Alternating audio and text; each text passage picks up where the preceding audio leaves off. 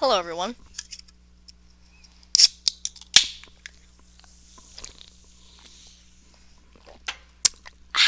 My name is Z to the J to the Tray Gaming. And today we will be doing another video game talks with Zack episode. The second episode in the series. A lot of you guys liked the pilot episode. So yeah, today we're talking about Sonic and why the jump from 2D to 3D was a bit rough. So, well, let's get into it. So, Sonic the Hedgehog is a peculiar character. You know how Mario, right? Mario World and Super Mario Bros. Came along. He's like, wahoo, it's a me, a Mario, woo. Sonic was like, yo, step it up, get out my way. I got them stripy shoes, I got that speed. You no match for me. I'm the cool one here. Mario is just a normal plumber. So when he went to 3D, he got like a voice, and it was like super cool. And then when Mario, when Mario did it, it was like awesome. When Sonic did it, it was just.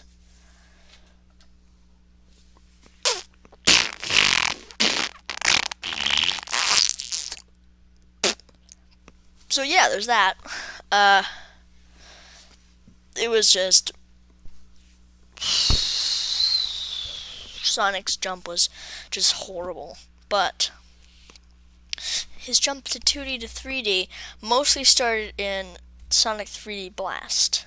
And Sonic 3D Blast, as you all know, was horrible. Then there was like a 2D Sonic game that had 3D sprite models on the Game Gear. That was bad. It was just horrible. Then came Sonic R. Excuse me, but I've asked you a question, Sega. What was that? What was that?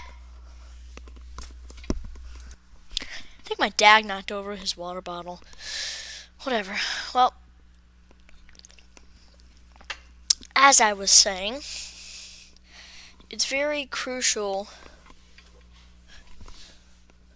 to know that Sonic, he was just 1996 had the movie of Sonic Extreme, and not the movie, the game of Sonic Extreme. There's a Sonic movie now. I haven't seen it yet. I'll read it sometime. I don't know. Anyway, as I was saying, I'm gonna ring the bell. I made this when I was like super young. I hate it. Ring the bell. Ring the bell. Ring the bell. We're going on a Zack rant. Sonic R is horrible. We did it, yay! But in all seriousness, Sonic R is truly one of the worst things created by humanity. Probably even worse than Big Rig. I mean, it's even better than Big Rigs Racing. And that game was unfinished, but slightly better than Big Rigs Racing. Which doesn't give that much to the imagination, because Big Rigs Racing sucked. It sucked. S-U-K-E-D. Sucked. That's all it did. It was horrible. Burning pile of crap in your boss's dumpster. Or your principal's dumpster. Whatever. It was bad. It was horrible, horrible dumpster fire. Sonic Extreme was made prior to this and tried to be like super cool. And there was even a planned movie about it that no one really knows. But that flopped because Sonic Extreme flopped, and Sonic Extreme flopped because the Saturn flopped, and the Saturn flopped because Sega sucks. The only two good games they made were Yours Truly and Yours Truly the sequel. So those are the only good games that they ever made. Maybe Sonic 3 and Knuckles. I don't have a copy of it right now. I'm working on that. But anyway, it's just I'm just sad to hear that the Sonic series has been reduced to such trash. I don't like it this way. And Sonic Extreme was supposed to be good, and then, you know, it just sucked. Sonic Adventure came along, it was truly the first 3D Sonic game, but by that point, Mario had, well, Sonic R was, but this one was the first one with an actual story. And by then, Mario had perfected the art of 3D, as well as Legend of Zelda. Crash Bandicoot was in the market as well. I mean, a lot of consoles had already perfected that 3D art at that time, and Sonic was just late to the party. Then we go on to the case of modern Sonic. I already just beat the crap out of 3D Sonic. Then we go on the case of modern Sonic. So after release of Sonic Adventure 2 for the Dreamcast flopped. Not big surprise, because the Dreamcast, say it with me now, S-U-K, no, it's S-U-C-K-E-D. I cannot spell. Whoa. Anyway, as I was saying, that was just really bad, and just it was dumpster fire. The Dreamcast was a dumpster fire, and it was just really, really horrible.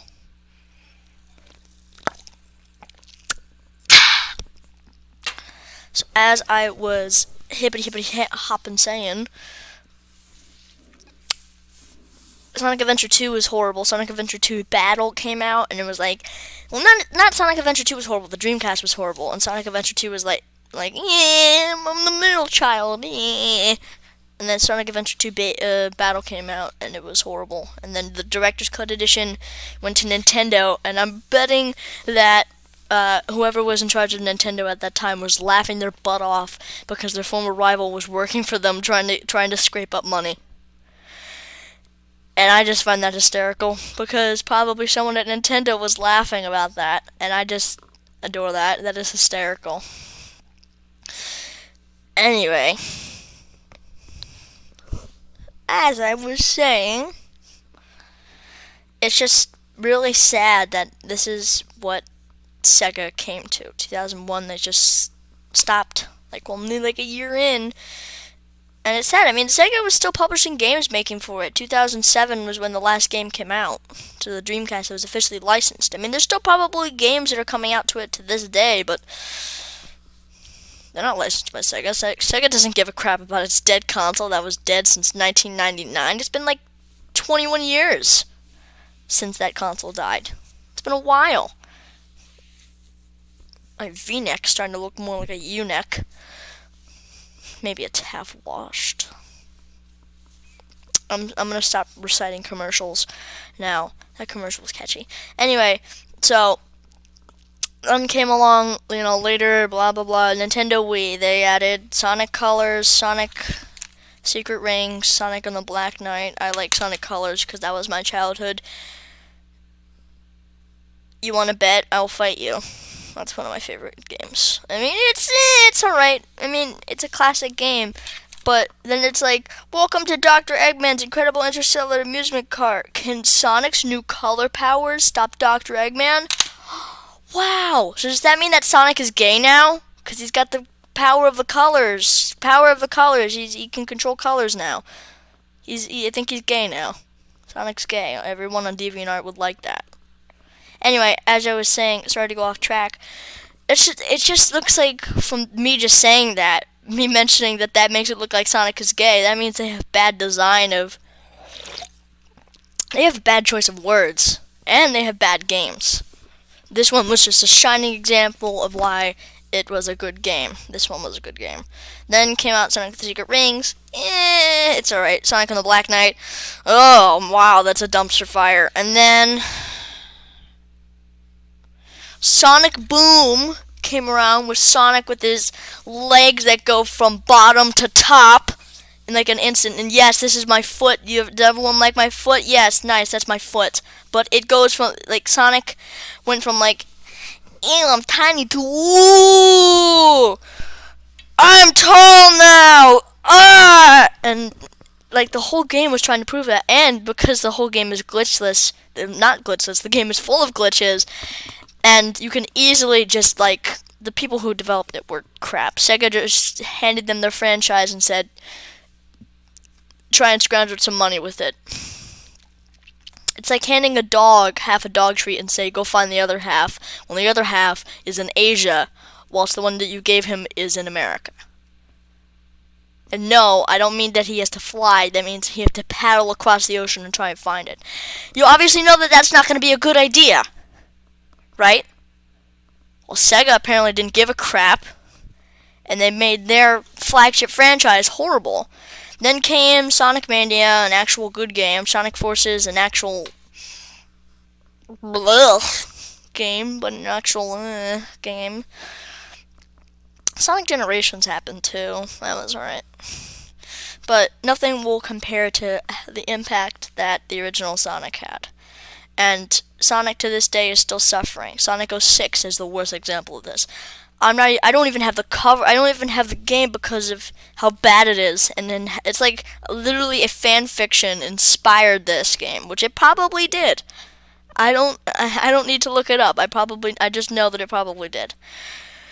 Alright, well, this may have been a 4-minute shorter episode of video game talk with Zack, but I've been recording all day and my head hurts, so I just wanted to get this one episode out because I know a lot of you like this series. Anyway, see you in the next episode of Video Game Talks with Zack. Remember to like, subscribe, and hit that bell for notifications and comment and stuff. Alright. Bye. Bye.